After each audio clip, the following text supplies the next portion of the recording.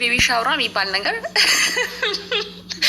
አይመቸኝም። ግን ሰናብተሽኛል ትዙዬ፣ እኛ እያነባን ነው እያለን የየ አንቺ ግን ሄደሻል እያልሽ መድዬ ነው ትወጪ ለመድኃኔ ዓለም ከእንግዲህ አላይሽም። አሁን አላይሽም። ድምፅና ሳቅሽ ግን ሁሌ ከኔ አይሸሽም። ስደተኛዋን ከርታ ብቸው በተክሊል አግብቸው በቁርባን ጨክኖ ሲገለኝ አመትስ መች ሞላን። ስወደው አብልጬ ከራሴ ባገባሁት ባሌ ተነጠቀች ነፍሴ። ወንድ አላውቅም ነበረ የመጀመሪያዬ ገዳይን ጠራብኝ ይህ ቅድስናዬ። ጌታን ሳገለግል በጾም በምህላ እኔም እንደ ጻድቃን አንገቴ ተቀላ። ይብላኝ እንጂ ለሱ በካራ ላረደኝ እኔ እስከነ ክብሬ እግዚአብሔር ጠራኝ። ሰላም ውድና የተከበራችሁ የጅማ ሚዲያ ቤተሰቦች እንዴት ናችሁ? ሰላም ናችሁ? ሰላማችሁ በዘት ተረፍረፍ ይበልልን። እንግዲህ በእህታችን ትዝታ ዙሪያ አዳዲስ ነገሮች እየወጡ ነው። መግቢያ ላይ ግጥሙን እንደሰማችሁት በጣም በሚያሳዝን እንግዲህ የተለያዩ ሰዎች ግጥም እየገጠሙላት ነው። ያሳዝናል በጣም ሞት ለማንም አይቀርም። ግን በራስ እጅ መሞትና በራስ ነገር በእግዚአብሔር እጅ መሞትና በሰው እጅ መሞት በጣም ይለያያል። ያሳዝናል በጣም ማለት ነው። እና አዳዲስ መረጃዎች አሉ። እንግዲህ ገዳይ ያለበት ቦታ ታውቋል እየተባለ ይወራል። በመተማ አይተነዋል ተብሎም ሲወራ ነበረ። በመተማ ግን ይታይ እንጂ መተማ ላይ ማለት ነው። ከመተማ ተመልሶ ወደ ግብጽ እንደሄደ ነው። አድራሻውን አጥፍቶ እየኖረ ያለ ሰው ነው ማለት ነው። ይህ ሰው ለምን ሊያዝ እንዳልቻለ እስካሁን ድረስ የሁላችንም ጥያቄ ሆኖብናል። ያልተፈታ እንቆቅልሽ ሆኖብናል። ፍትህ ለትዝታ ብለን ዛሬም ድምጻችን እናሰማ፣ ነገም ድምጻችን እናሰማ። ይህ ሰው እስኪያዝ ድረስ ዝም ማለት የለብንም። ሁላችንም የበኩላችንን እንወጣ እላችኋለሁ ቤተሰቦቼ ማለት ነው። እባካችሁ ሁላችሁም ሼር አድርጉ፣ ላይክ አድርጉ፣ ሰብስክራይብ አድርጉ ማለት ነው። ላይክስ በምታደርጉበት ሰዓት ለሰዎች ይደርስና ያላዩ ሰዎች እንዲያውና ይሄን ነፍሰ በላ እንዲያዝ ያደርግልናል፣ ይረዳናል ማለት ነው። ለእናንተም አይከፈልበትም። ይሄን ስታደርጉ ደግሞ ለእኛም ይጠቅመናል፣ እንድንሰራም እንበረታታለን። ስለሷ ድምጽ መሆንም እንበረታታለን። ላይክ ካላደረጋችሁ ሰው ካላየው የእኛ መጮህ ምንም ትርጉም ስለሌለው ማለት ነው። ስለዚህ ፍትህ ለትዝታ እያልን ሁላችንም መጮህ አለብን። እንግዲህ አዳዲስ መረጃዎች እየወጡ ናቸው በትዝታ ዙሪያ ማለት ነው። ምን አይነት መረጃዎች ናቸው ልትሉን ትችሉ ይሆን ማለት ነው። እንግዲህ አዳዲስ መረጃዎች አሉ። ምን አይነት መረጃ ናቸው ካላችሁ እንግዲህ አሁን ላይ እየተሰማ ያለው መረጃ የትዝታ ገዳይ ማለት ነው ያለበት ቦታ ታውቋል ተብሎ ብዙ ተወርቶ ነበረ ማለት ነው። ግን ይሄ ነገር ደግሞ ውሸት ነው ማለት ነው። እሱ ያለው በፍጹም ከካይሮ እንዳልወጣም ደግሞ ብዙዎች እየተናገሩ ነው ያሉት። ካይሮ ላይ ነው ያለው። ይሄንንም ደግሞ አሁን የወጣ አዲስ መረጃ አለ። ምንድነው አዲሱ መረጃ ካላችሁ እቤት ውስጥ በሚፈተሽበት ሰዓት እንግዲህ የተገኘው ምንድነው ካላችሁ የጣቷ ወርቅ የለም። እሷ ጋር አሉ የሚባሉ ነገሮች ሁሉ የሉም ማለት ነው። ወርቆቿ ከእጇ ላይ የሉም ማለት ነው። እሱ ብቻ ሳይሆን ደግሞ የአንገት ወርቅና የጣት ወርቆች እንዳላት ጓደኞቿ እየተናገሩ ነበረ። እነሱ ወርቆች ሁሉ እንደሌሉ ቤት ውስጥ ነው። እንዲሁም ደህና አሉ የሚባሉ ላፕቶፕም ስልኮችም ነበራት። ከአንድም 2 ስልክ ነበራት። ስልኮቿም የሉም። ከፖሊስ ጋር በተደረገው ቤት ውስጥ ምርመራ ማለት ነው አዲስ የወጣ መረጃ እነዚህን ነገሮች ሁሉ ይዞ እንደሸሸ ነው እየተነገረ ያለው ማለት ነው። ስልኮቹን ይዞ ሂዷል። ወርቆቿ ቤት ውስጥ የሉም። ጥሬ ገንዘብም ቤት ውስጥ ታስቀምጥ ነበረ። በባንክ አካውንት እንደማታስቀምጥ ጓደኞቿ ተናግረዋል። እሱም የለም። ይሄ ሁሉ ያልተገኘበት ምክንያትስ ምንድነው የሚለው ጥያቄ ስለፈጠረ ይህ ሰው አስቦበትና አልሞበት በእቅድ የተሰራ እንጂ ብቻውን የሰራ ወይም ደግሞ ያደረገው ነገርም አይደለም በማለት ሁሉም ድምጻቸውን ሲናገሩ ሰምተናል ማለት ነው። የሚመስለውም ነው። እንዲሁም ደግሞ ካሜራው ሲፈተሽ የተገኘው ምንድነው? በካሜራ ባሏ ልብስ ይዞ ሲወጣ የሱን ልብስ ሻንጣ ይዞ ሲወጣ ካሜራ ላይ ከሱ ውጭ ማንም ሰው እንዳልገባ ከዛ ግቢ ውስጥ ለመጨረሻ ጊዜ የገባውም የወጣውም እሱ ብቻ ነው። ከዛ ቤት ውስጥ ቆልፎ ሲወጣና ሻንጣ እጁ ላይ እንዳለ ያሳያል ካሜራው ማለት ነው። ይሄ ማለት ምንድነው? ላፕቶፕ፣ ቁሳቁስ፣ ገንዘቦችን ይሄን ነገር ይዞ ከወጣ ይህ ሰው አስቦ አልሞበት ነው። ምክንያቱም ካገባ በ5 ወር ፍቅራውን እንኳን ሳያጣጥም ምን እዚህ ቦታ ላይ ገፋፋው? ይሄ ማለት የታቀደበት የታለመበት ነው። አላማው ለዚህ ነበረ ማለት ነው መጀመሪያ።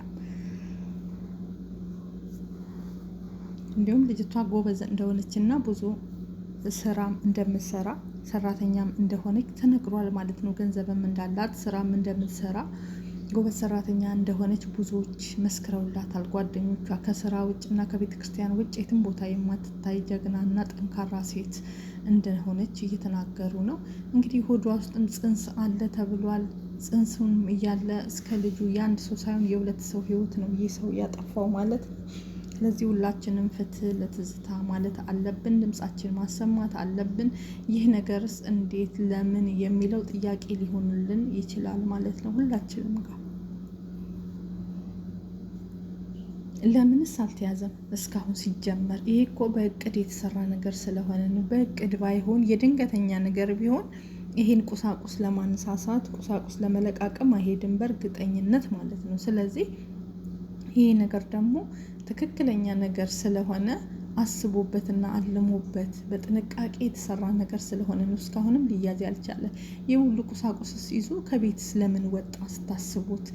ለምንድን ነው? አንድ ሰው የድንገት ነገር ሲሆን ምናችሁንም ይዛችሁ አትወጡም። የእጃችሁን ስልክ እንኳን ላትይዙ ትችላላችሁ። ጫማችሁን፣ ልብሳችሁ ላትለብሱ ትችላላችሁ። እንደ ድንገት ቢሆን ነገር የተፈጸመው።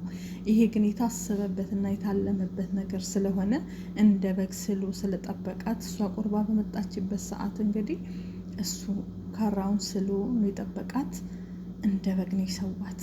ከሰዋትም በኋላ እስካሁን ድረስ ይሄ ያልተፈታ እንቆቅልሽ ለምንድን ነው? እስካሁን ድረስ ይሄ ሰው ያልተገኘውስ ለምንድን ነው ስታስቡት ማለት ነው። ስለዚህ ይሄ ነገር ደግሞ በደንብ መታሰብ አለበት። ፍትህ ለትዝታ መጮህ አለብን። ዝም ማለት የለብንም ያቸው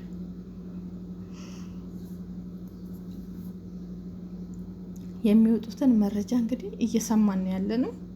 ግብጽ ሄደዋል። ወደ ግብጽ ተመልሷል።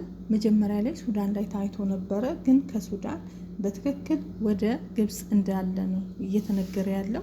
እንዲሁም ደግሞ ፎቶ በተለያየ ነገር በተለያየ ቦታ በየኬላው በየቦታው ከሹፌሮች ጋር ከረዳቶች ጋር እየተሰራ በጥንካሬ ከሀገር እንዳይወጣ በየኬላው በየአቅጣጫው ተበትኖ ነው ያለ። የሰው ነፍሰ ገላ ነው እንዲያድርጎ ሚስቱን ገሉ ስለጠፋ እንዲያዝ የትም ቦታ ካያችሁ ተብሏል። ራሱንም ሊቀይር ስለሚችል ከተጠራጠራችሁ እንኳን እባካችሁ የሚል እንግዲህ በጥብቅ እየተፈለገ ነው ያለው። ግን ይሁን እንጂ ምንም ፍንጭ የተገኘ ነገር የለም እዚህ ቦታ ታየ ተብሎ። በሱ ዙሪያ ያሉትም ሰዎች እንግዲህ በእስር ላይ እንዳሉ ነው እስካሁን ድረስ እየተነገረ ያለው። ምክንያቱም በሱ ዙሪያ የተያዙ ሰዎች አሉ፣ ተባባሪ ናቸው የተባሉ። አንደኛ ዋና ተጠርጣሪ ትኬት የቆረጠችው ናት። እሷም ናት ደግሞ አስክሬን እንኳን እንዲገኝ ቆልፎባት ከሄደው እንኳን እንዲወጣ ያስደረገችው ደግሞ እሷ ናት። ገሏት ሂዶ ነው፣ ገንዘቧን ይዞ ሂዶ ነው። እኔ ኃላፊነቱን ወስዳለሁ ትኬት ቆረጥልኝ ብሎ እኔ ትኬት የቆረጥኩለትና እቤቱ ይሰበር ብላ ጉልበት ሆና እቤቱ እንዲሰበር ያደረገችና አስክሬኗም እንዲገኝ የተደረገው ማለት ነው። ያ ቤት ባይሰበር ይሄን ፍንጭ እሷ ባሰጥም እንዴት እንደተጠራጠረች ምንስ ብሏት ነው? ለምንስ ተጠራጠረች? እንዴት ይሄን ነገር ሳወጣች? ስለዚህ እሷ የምታውቀው ነገር አለ የሚል ነገር ስላለ እሷ አሁንም እስር ቤት እንዳለች ነው ማለት ነው። እስር ላይ ነው ያለችው ማለት ነው።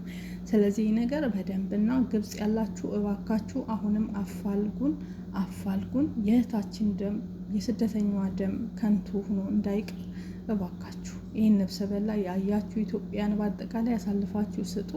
ትውልዱ ሀረር ነው። የሀረር ልጆች ይህን የምትሰሙ ካላችሁ አድነው አበበ ይባላል ልጁ ተብሏል። እና ይሄን አድነውን የምታውቁ የሀረር ልጆች እባካችሁ አሳልፋችሁ ስጡ። እንዲሁም ቤተሰቦቹም የምታውቁ ቤተሰቦቹንም አሳልፋችሁ እንድሰጡ ስንል እንማጸናለን ማለት ነው። ቤተሰብ እያለቀሰ ነው። እህትና ወንድም እያለቀሱ ናቸው።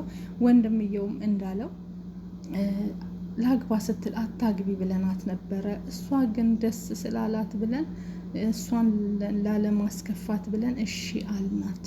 እንዲሁም ደግሞ ጥርሱ ደግሞ የባልየው ጥርስ ማለት ነው እንትን ነው ወላቃ ነው እና ይሄ የተገጠመው ጥርስ አርቲፊሻል ጥርስ እንደሆነ እየተናገሩ ነው። እህት ጥቅምት ላይ ካወራኋት ጀምራ አላወራችኝም ብላለች። ከጥቅምት ጀምራ አታወራኝም፣ አትመልስልኝም።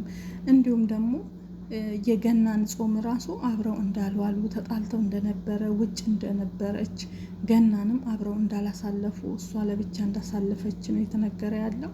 ይሄም ለምንድን ነው ካላችሁ አሁን የተለያዩ መረጃዎች እየወጡ ናቸው። ጥል እንደነበሩ መንሻና ምክንያቱ ምንድን ነው እንግዲህ ይሄን ሊገለው የቻለና ይሄን ነገር ሊያመጣ የቻለው ምንድን ነው ካላችሁ ምክንያቱ ካናዳ ነው። እሷ ካናዳ ለመሄድ ሞልታለች።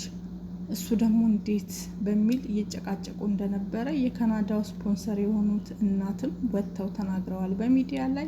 አዜብ ዩቲዩብ ላይ ለቀቄላችኋለሁ፣ ገብታችሁ ማየት ትችላላችሁ። ስለዚህ ሁላችንም አሁን ፍትህ ለእህታችን እባካችሁ ላይክ እያረጋችሁ ሼር እያረጋችሁ እንዲደርስ እናድርግ። አሁንም እንዴት ለምን እስኪ ጥያቄ ያልሆነባችሁ? ሲጀመር ይሄ እኮ በጥንቃቄ የተሰራ ነገር ስለሆነ ነው። እስከዚህ ድረስ ርቀትና ቤተሰቦቹ መያዝ አለበት። ይሄ የሆነ እንትን ጉድጓዱን ቆፍሮ አስተካክሎ መሄጃውን መቀበሪያውን አሳምሮ ነው የገባ ማለት ነው። ገባችሁ? ይህ ሰው መደበቂያውን ምሽጉን ቆፍሮ ከዛ በኋላ ነው ይሄን ነገር የፈጸሙ። እውነቴን ነው የምላችሁ። ኮርኔስ ላይም ሊኖር ይችላል እዛ ቤት ውስጥ ራሱ የመጨረሻ ምግቦቹን ሁሉን ነገር ይዞ ወጥቶ ወደዛ ማለት ነው። እና በጣም መፈለግ አለበት ይህ ሰው ማለት ነው።